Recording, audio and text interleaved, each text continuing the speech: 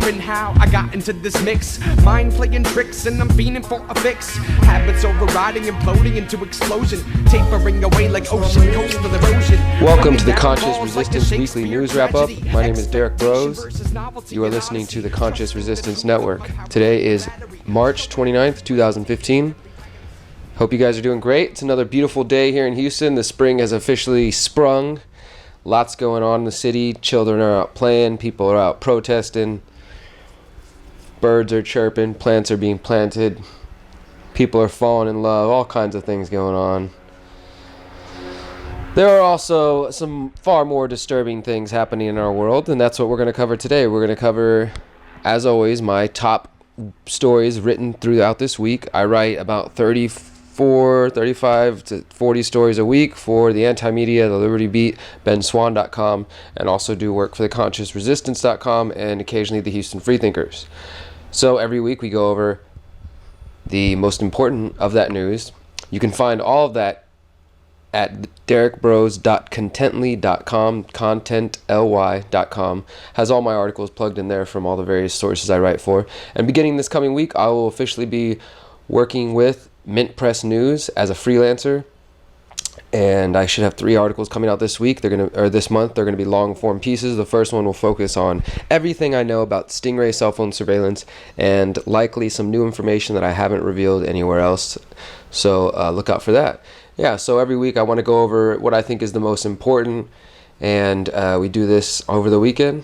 And I also record another podcast for Patreon, patreon.com/DerekBros, which is exclusive for monthly supporters. If you want to sign up for that for as little as $1 a month, you get to hear me go more in depth to some of my personal work and more of the philosophy of my ideas, instead of just covering the news and the politics aspect of it. So check that out.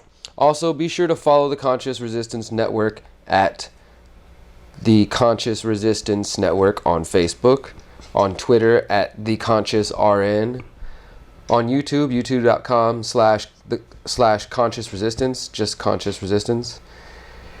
And where else are we at? I think that's everywhere we're at. You can find me on Twitter at dbrosLiveFree. Of course, find my Facebook page and chat it up. Let's talk solutions, talk about making the world a better place, yada, yada, yada. So, got all that covered now. Before we dive into my top stories of the week, let's go over what happened at the Conscious Resistance Network. Take a look at some of the content that was produced this week by our team of vloggers, writers, journalists, and activists. Just posted this morning, Teach Your Children About Money by Danilo, aka Peaceful Anarchism. Check his work out. Always doing good interviews, good articles, really important stuff. And check out his website, peacefulanarchism.com. I just released a video called Who is Samuel E. Konkin III? What is Agorism? Where I break down that very important topic, and I really hope you guys will go check that out. It can also be found on the SoundCloud. Oh, that's the one I forgot. We're on SoundCloud. If you want to hear the audio, obviously if you're listening to the audio right now, you're on the SoundCloud, subscribe to it. If you're watching the video, then go to the SoundCloud and subscribe to it if you prefer the audio versions. So who is Samuel Konkin? What is agorism? Very important, probably one of the most important videos I've ever done, actually, and I think you should check it out. You should look into the philosophy, you should look into the ideas, read the book, see what you think. Also posted this morning, How to Use Your Intuition from Francis, and it is about that very important topic. There's a quote I put on that article from Albert Einstein. Let me see if I can see the whole thing. The intuitive mind is a sacred gift, and the rational mind is a servant. We have created a world that honors the servant and has forgotten about the gift. I also released a very controversial video this week, I guess you could say. It's an old video, 3 years old, and I heard that Ted Cruz was announcing he was running for president. Senator Ted Cruz is based out here in Texas. And I decided, you know what, I need to release that footage of him I have 3 years ago. And I asked him a question about his wife and her relation to the Council on Foreign Relations. And that's for a whole nother show. If you don't know about the CFR, the Council on Foreign Relations, then start doing some research. If you want me to do an episode on that, let me know. But I put out that video. We'll talk more about that in just a moment. I also released a video asking the Houston Police Chief, Charles McClellan, for the third time in the past 2 months, about the department's use of StingRays surveillance. I asked him his thoughts on cases happening in other cities, court orders and rulings that are now forcing police to reveal details of how these devices work, something that he is working here in the city to keep secret.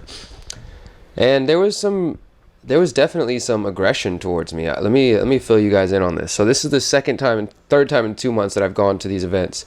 After 2 years plus, the city of Houston, the mayor's office, and the HPD have kept me out of the monthly press sessions with the chief. Last month was my first time actually being allowed in after all this time. Now that I freelance for this FM radio station here in the city, they think I'm legitimate enough.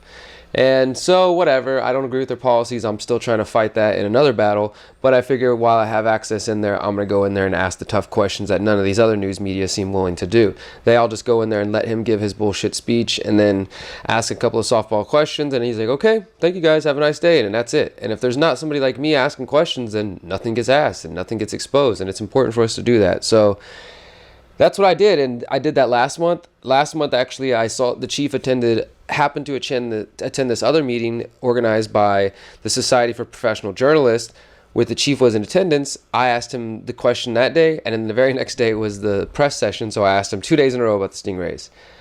And by that point, they were calling me by my first name. When I went to the first press session, I asked the chief, when I first walked in the room and sat down, his PIO, Public Information Officer, basically his propaganda officer, John Cannon, came up to me and said, hey, Derek, before you leave, can you stay after? We want to talk to you. I'm like, sure. And I felt immediately like, okay, did I do something wrong? Did I just get asked to stay after class? Like, it's high school or something. I got to go to the principal's office. I don't know. That's what it felt like. And then whenever I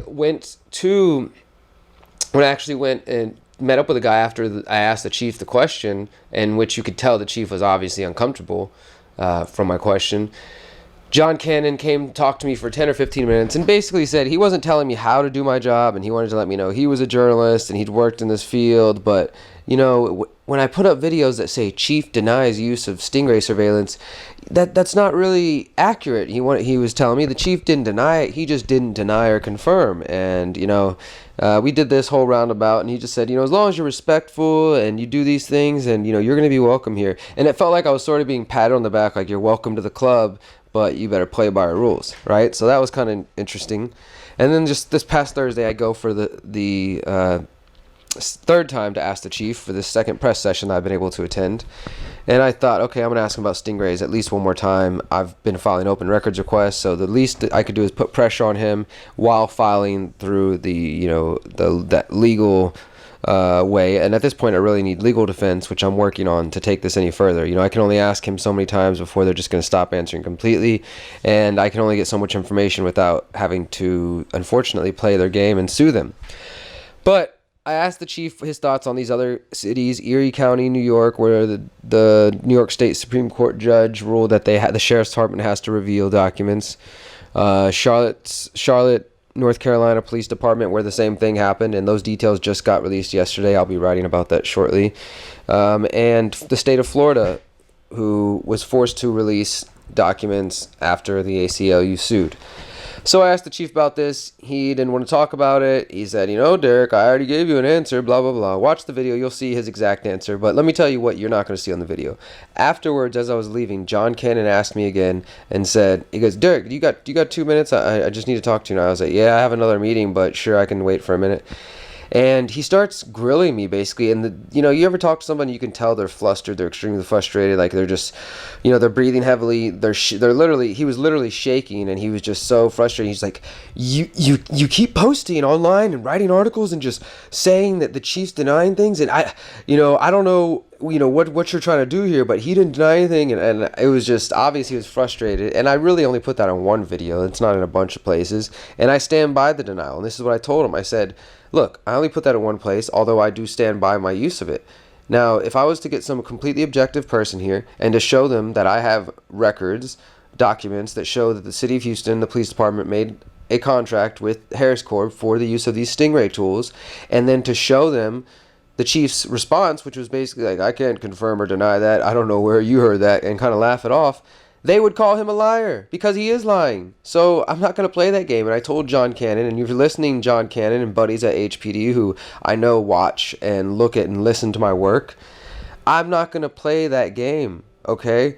I'm not going to call enhanced interrogation, or I'm not going to call torture enhanced interrogation. I just don't do that. And I'm not going to call, his non-confirm or denial anything other than what it is. It's a lie, okay? And I'm sorry. And I told him that. And I said, and it was weird because he was asking me, he's like, so is this recording going to go on KPFT? Is it going to go on the radio station? Because if not, then we really have no reason for you to be here. And it was just sort of a slightly veiled thread about what I'm doing there, and that they can, kick me out if they really want to, and if they don't think I'm serving a purpose. But he was shaking, and at one point he said, you know what, I'm going to lower my voice. I'm going to calm myself down, because he realized he was getting a little bit aggressive. And I was like, yeah, dude, chill out, man.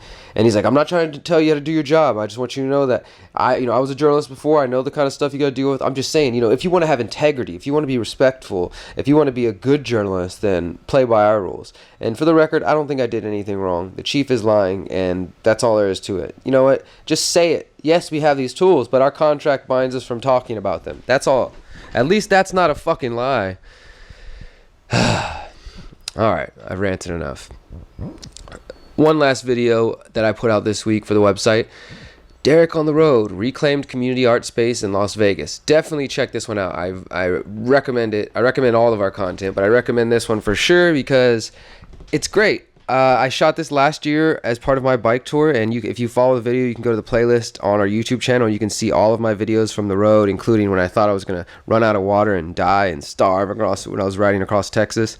This is when I was in my travels, and I went to this community art space called Reclaimed, and it's a great place for activists and all kinds of recycling, reclaiming projects and art projects. Badass place. Check out the video. Lots of pretty nice stuff to look at. It's in Vegas. Go check it out if you're over there. It's really surprising, outside of just all that gambling and disgusting whatever, corruption and all that type of mentality. There is some good community out there thriving and doing great things, and I was happy to find them. So all that is at theconsciousresistance.com. Now let's move on to the news, shall we? First up, let's go deeper into that Ted Cruz video I was just talking about.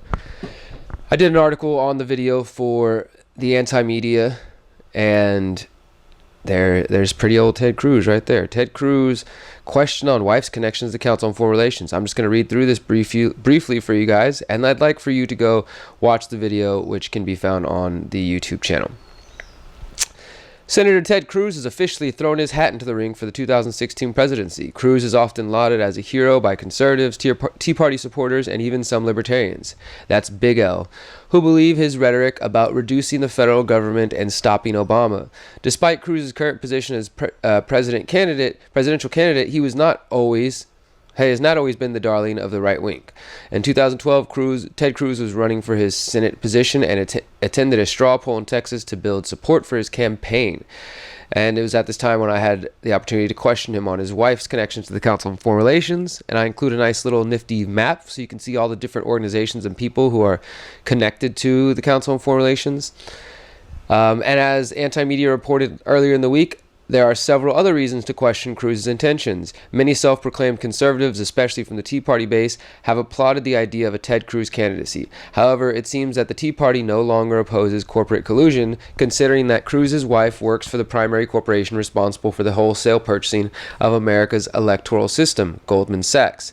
According to a report from Bloomberg, Heidi Cruz, a Harvard Business School graduate who worked in President George W. Bush's administration, that's all you need to know right there, joined Goldman Sachs in 2005 and was promoted to managing director, the firm's second highest rank in 2012. She serves as regional head of the Houston office in the private wealth management unit, which serves individuals and families who have an average more than $40 million with the firm. And it goes on from there. And also, I would say, Goldman Sachs is probably one of the most powerful banks that benefited off the financial collapse. His wife's involved in that. Council on Foreign Relations, George Bush, he's been endorsed by Kissinger, or at least supported by Kissinger. If you are even thinking about voting, stop. And if you're thinking about voting for Ted Cruz, please really do stop. Now, let's get into the surveillance news. Oh, by the way, that video is doing reasonably well. It's got about 3,000 videos as of this Sunday morning, so we'll see. Maybe people will pay attention, and we might affect the political landscape. As I want to say this, if you go check out the Agorism video, you can hear my thoughts and ideas on why I poke holes in a lot of the institutions, even though I feel like I'm beyond them. It's like you can talk politics all day and make fun of the other sides. People make a career out of this, right? Or out of the whole game itself, but I want to be about solutions. So I spend a little bit of time, I write these articles to keep people educated, but I see this all as part of my role as an agorist, is building counter institutions to the state and at the same time educating people, myself and whoever else I can, about all the news going on in the world and all the failures of government so that we can move towards better solutions. I feel like if enough people see these problems, then they'll start to question it, and eventually they'll start to ask what they can do, and that's when the agorists are available. So, surveillance news this week. A couple of different things on the StingRay beat that I continue to follow, not only with questioning the Houston Police Department chief about the use of StingRays, but keeping up with these stories around the country. There's a new California bill, and senators are once again questioning the federal government. The California Electronic Communications Privacy Act would require warrants for the use of StingRay cell phone surveillance. This bill was approved earlier this week by the Senate Public Safety Committee, and it moves forward. We'll see what happens there. Senators Patrick Leahy and Chuck Grassley have sent a new letter to the Attorney General Eric Holder seeking answers on the use of devices which can indiscriminately gather cell phone data. The senators said the Department of Justice's failure to answer their questions has heightened their concerns when they sent a previous letter on the topic trying to find out what they could. And in more StingRay news, I wrote more than a couple of stories this week. I tend to write a couple because there's constantly new information about the use of StingRays, cell site simulators, ISMI catchers. These devices are getting more and more well known, and I'm thankful for that, and I'm just trying to do my part. The Chicago police are facing a lawsuit for the use of StingRay surveillance. Now get this is pretty awesome use of your tax dollars. The Chicago Police Department has spent more than $120,000 in 6 months to fight a lawsuit around the department's use of StingRay cell phone surveillance. Now, I know some people are saying when it comes to city politics and police, like $120,000 ain't shit. But dude, $120,000, I don't even know if I'll ever see that amount of money in my life. I mean, maybe I'm silly to think that, but I'm kind of poor, and so that seems like a lot of money. They spent more than $120,000. Chicago resident Freddie Martinez is suing the city for what he calls unlawful surveillance. The StingRays are a brand name of cell site simulators. Chicago police say the device has only been used to catch criminals and refuses to release details of how they use the new technology. The Chicago PD and other law enforcement agencies, of course, signed non-disclosure agreements with Harris Corps, which is what's creating such a huge problem where the police are unwilling to speak freely about how these tools or toys are being used. And probably the biggest piece of StingRay news in recent memory, and definitely this past week, is something that came from the magazine The Blot, who I had never even heard of until this story. But they seem to be reasonably well. At least they're paying attention to this, so that gives me some hope. Newly released StingRay manual shows company asked the FCC for secrecy. A heavily redacted edition of a 2010 manual for the StingRay cell phone surveillance devices has been released. The manual was released through Freedom of Information Act requests sent to the Federal Communications Commission by the Blot magazine. This marks the first public release of the user manual, which covers the Harris Corporation's StingRay, StingRay 2, and Kingfish devices. The Blot reports that an FCC official said an additional government agency was recruited to help with the redaction related to the manuals before they could be released. The agency was not named, but I take a reasonable guess to say that with the amount of involvement the FBI has had in these devices, from telling local police departments to remain silent and working with Harris Corps, I would say it's probably the FBI that they were working with. The FCC had to get approval with, but at the same time, we also know that the NSA and the U.S. Marshals have an interest in these devices and keeping them private, so it could be one of them as well. The Blot first filed this FOIA request with the FCC in September 2014. The documents were finally turned over last week, and now they reveal that Harris Court has attempted to block the release of the documents. By October, a Harris executive had told the FCC they believe the documents could remain secret under certain FOIA exemptions that protect the release of trade secrets and law enforcement strategies. Harris also attempted to block the release based on previous court cases, which kept the details hidden. And here's some other interesting things that I found in here you might want to know about. The records show that the U.S. Navy was one of the first to purchase the equipment from Harris Corp. This suggests that that might have something to do with the aquatic names given to the devices, StingRay and all that kind of stuff.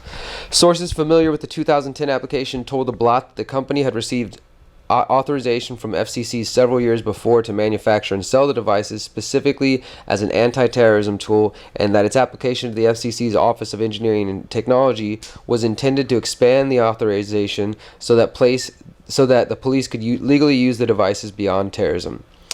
And also, the definition of what constituted an emergency was intentionally left vague so that the authorization would cover law enforcement and a wide range of criminal investigations, the source said. And this manual also shows that the StingRay and Kingfish are sold as part of a surveillance kit with third-party softwares and laptops. The laptops are manufactured by Dell and Panasonic, and the software is designed by a cell phone forensic company called Penlink. The manual is filled with warnings and reminders that the information is confidential and not for public inspection. So, I don't know, man. We're finding out a little bit more. We're finding out more. I don't know. I'm excited about it. I feel like a nerd, though, because I saw an article headline, StingRay manual released, and I just, I opened it as fast as I could, and I started getting my notepad out. I was like, oh my God, I've been waiting to find this out. And of course, it's heavily redacted, but that's just how I feel sometimes. I'm a nerd for this news. Let's move on, shall we? Pick up the pace here. We got a couple more stories to go through before I'm out of here to go enjoy the sunshine. The Trans-Pacific Partnership, which I could and should do a whole episode on. Instead, I'm going to write an article this week which will break it down for you. But new news in the Trans-Pacific Partnership fight, which of course, just briefly, it's an international transnational agreement involving 12 nations, including the United States, which would give much power to corporations to override national sovereignty of the individual nations. Now, again, even if you're not for nation states, you might be able to see how that's a problem. So these corporations can dispute lawsuits against them for damages they've caused to international tribunals that are above the state. So if they get sued in the United States for doing an oil spill, they just ask the international body, hey, we're going to appeal this, and they can override that decision and get them off the hook.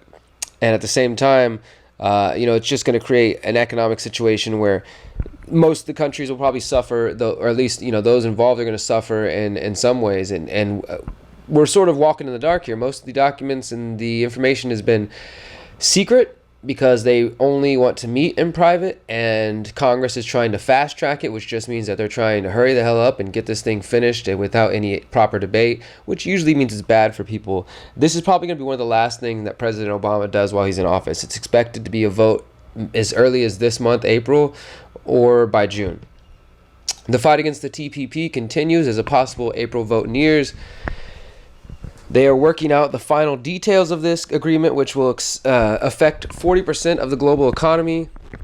Recently, representatives of several Japanese nonprofit digital rights groups presented a joint statement describing the threats that TPP represents to Japan's culture. The organizations believe the extension of copyright terms will threaten the anime and fan art communities. They cite a provision that allows authorities to act on alleged violations without a formal complaint. Critics of the trade deal also fear the loss of sovereignty by the individual nations and an increase of power for transnational corporate bodies. And this other one, just earlier this week, WikiLeaks released some more updated documents. They tend to be releasing chapters at a time. And again, these chapters that we're working with are kind of old. This one was dated somewhat recently. So we ultimately, until it passes, have no idea what is going to be within this document itself. On Wednesday, WikiLeaks released a new draft of the secretive TPP. The investment chapter is dated January 20th and details how individual nations can show preferential treatment to local investors compared to investors of partner nations. The chapter also details how nations will be compensated if property is nationalized. And of course, critics say the TPP would erode national sovereignty and grant corporations greater ability to override government rulings. I'm going to be writing more about this week to help break it down for you if you don't know much about it, but you should. And it's going to happen this year.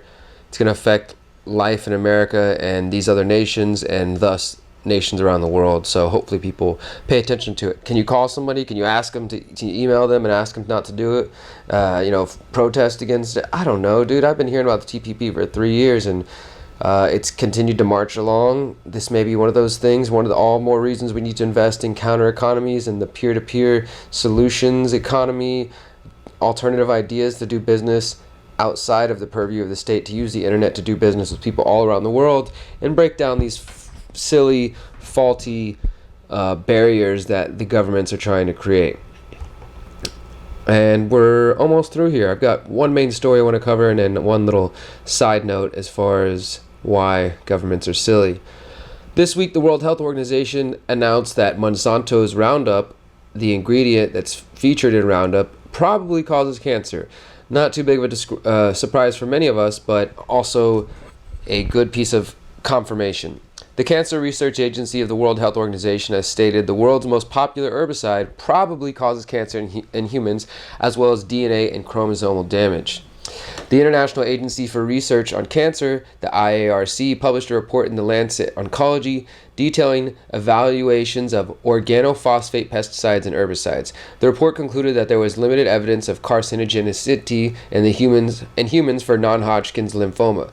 The evidence for this conclusion was pulled from studies of exposure to the chemical in the US, Canada, and Sweden published since 2001. The researchers found, quote, convincing evidence that glyphosate can also cause cancer in laboratory animals. The report points out that the United States Environmental Protection Agency, EPA, had originally classified glyphosate as possibly carcinogenic to humans in 1985. The IRC working group evaluated the original EPA findings and more recent reports before concluding, quote, there is sufficient evidence of carcinogenicity in experimental animals. Despite the WHO's findings, the EPA approved Monsanto's use of glyphosate as recently as 2013. So, this is kind of interesting. Monsanto's vice president of global regulatory affairs says he's unsure how they could reach a conclusion that is such a dramatic departure from the conclusion reached by all the regulatory agencies around the globe. The corporation says the scientific data does not match the claims and called for an emergency meeting between Monsanto and World Health Organization officials. And I go into some more details on the danger of glyphosate and the way it's affected communities around the world, led to kidney problems in farming communities, and that it's actually receiving some pushback in other nations. So something to look into, think about. But this is the funniest part. After that was released, first the vice president responded, and then he said that he's asking the World Health Organization to issue a retraction. They released a statement calling the report biased and inaccurate. Philip Miller said the WHO has something to explain. The EPA is also currently evaluating the safety of glyphosate and said that they will consider the new report as part of the review. Wouldn't it be epic if that shit got banned? And then this is the final thing I saw about this story. The scientists have responded and said that they defend the study. World Health Organization study was based on a thorough scientific review and a key marker in ongoing evaluations of the product, said the lead scientist on Thursday, Aaron Blair, scientist emeritus at the National Cancer Institute. He said there were several studies, there was sufficient evidence in animals, limited evidence in humans, and strong supporting evidence showing DNA mutations in damaged chromosomes. He was the chair of the 17-member working group of the WHO's International Agency for Research on Cancer. Monsanto, who has built a $15 billion company around the sales of Roundup, and you see people spraying it all over their lawn, and it's used heavily in factory farmings, and it's causing all kinds of problems.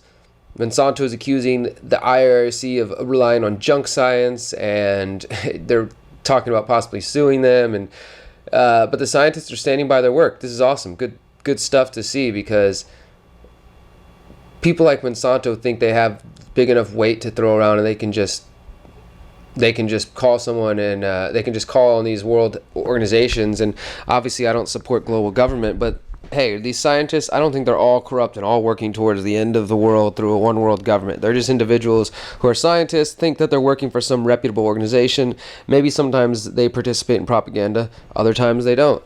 Right now, it seems like they're fighting for real science, and the science is pointing at the dangers of Monsanto's products. And these products are also a part of the genetically modified debate, because they are the products that are used heavily on genetically modified foods. So it's tied together. Last story of the day, and then I'm out of here. The DEA is out there having sex parties with hookers funded by drug cartels on government-owned property. Damn, that's one hell of a story, and a nice headline too. I'm sure you've seen these going around all week because everybody's been itching to write about it. I mean, when you got a story that sounds like this, how can you not write about it? It's so easy to get the people clicking. Hookers and sex parties and drug cartels, the government? Holy crap, I gotta hear about that.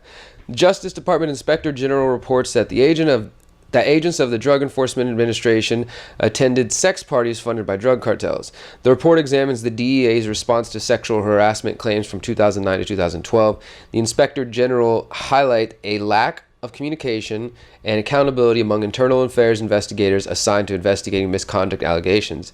Employees with the FBI, DEA, U.S. Marshals, and the ATF have all been accused of being involved in inappropriate sexual behavior. 7 agents admitted to attending parties in Colombia with prostitutes paid for by the cartels. Your tax dollars, hard at work. Hey, I can't hate on it, man. I guess if, people are just giving you money, it's stolen from other people, and you're not really that worried about it. You're like, fuck it, give me the cocaine, let's go to Colombia, let's get some hookers, right? Oh wait, yeah, we're here to bust these guys, my bad, I forgot. Anyways, those are my top stories of the week. I hope you guys will check them out. All the links will be in the information below the SoundCloud and the YouTube video. Find the rest of my work at derekbros.contently.com. Follow me on Facebook. Find me on Twitter. Follow the network. We're going to be putting out lots of good content throughout the week. I've got a new video coming out from yesterday's global action against torture, which I didn't even talk about, but you can check out the video for yourself. And yeah, lots of good things happening. Start focusing on solutions. Start reading, educating yourself. Start learning what makes you free, what matters to you. I've got some great interviews coming up really soon. People that I hope will inspire you and get you to think about the way you're living your life and what's really important. Thank you guys for listening to me this week. As always, if you can hear this, you are the resistance. Peace.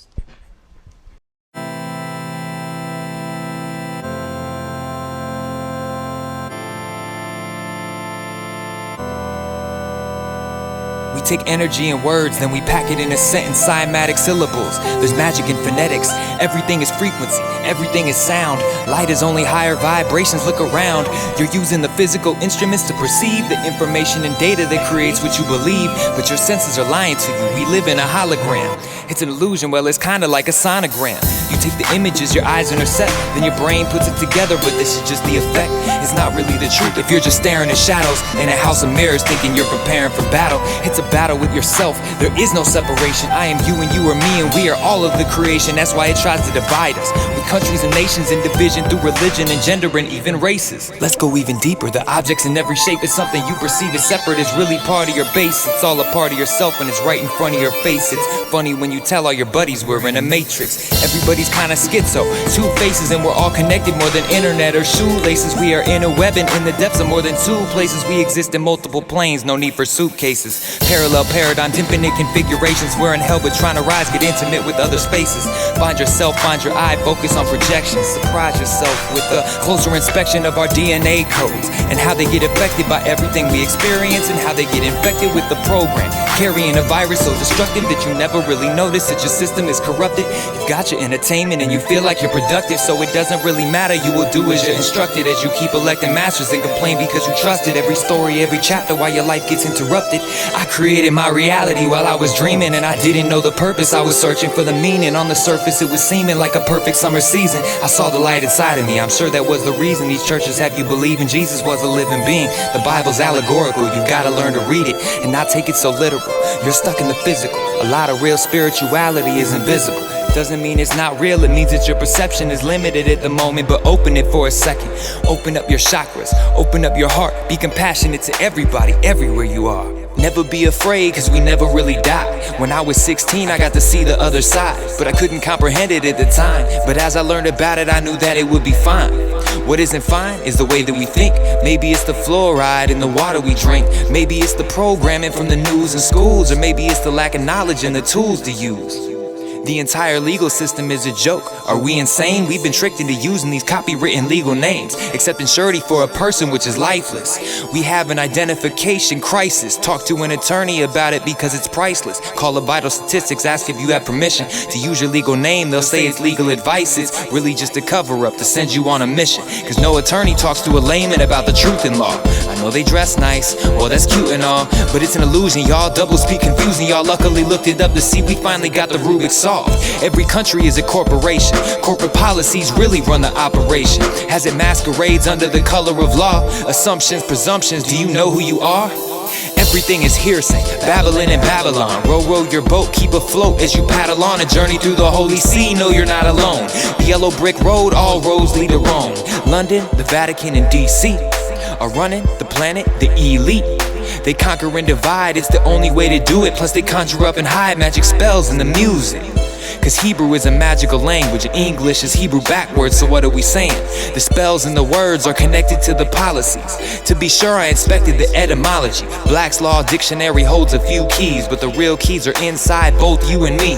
Currency is something that depletes our value. They only ever teach you what to think, not how to. You don't need me, you just need my help, just so I can teach you that you can teach yourself. Don't take it all as fact just because I said it. Take it as fact the second your own dots connect. I don't mean to step on your beliefs. Believe what you wanna believe, just listen when I speak. Never take it personally if you didn't agree. Many don't believe me cause I didn't get a degree. But that's an outlet of controlled information. Some of it is useful, most of it is wasted. The lives of the people, it's evil. The places we think give us greatness are really just cages. But I digress, there's much more to focus on. 432 is the tune that I wrote this song. I wanna talk about the 369. Tesla understood it all when he unleashed his mind. Tapping into 0-point energy is free, so why the hell are we paying for gasoline? For cars that break down so tragically. To keep the industry alive, man, it's sad to see. All my personal vices are so bad for me. Why are we addicted to food that's bad to eat? Usually endorsed by famous athletes who are slaves to the game but their masters pleased. You might not see the change, but that disease is called ignorance, and I was there with past beliefs. Now my interest is making up a masterpiece. Feel like I have to eat, but wanna fast for weeks. See, only you can save your health. There is no savior, you gotta save yourself. The soul is the gold, and the road that you travel is a movie with a script. It's a show for your battles that you overcome, and I promise you'll get past it. You'll only get an answer to your question if you ask it, and usually it comes through a series of synchronicities, and you might only hear it if you're seriously listening, so pay attention. There's no such thing as coincidence. Find our similarities, stop looking at the differences. We are one and will be always, so remember that it might feel like we're separate, but we're all in this together, so hold your breath for a couple seconds. Let's watch it crumble, then pick up the wreckage. Let's stick together cause you know we've had enough oppression.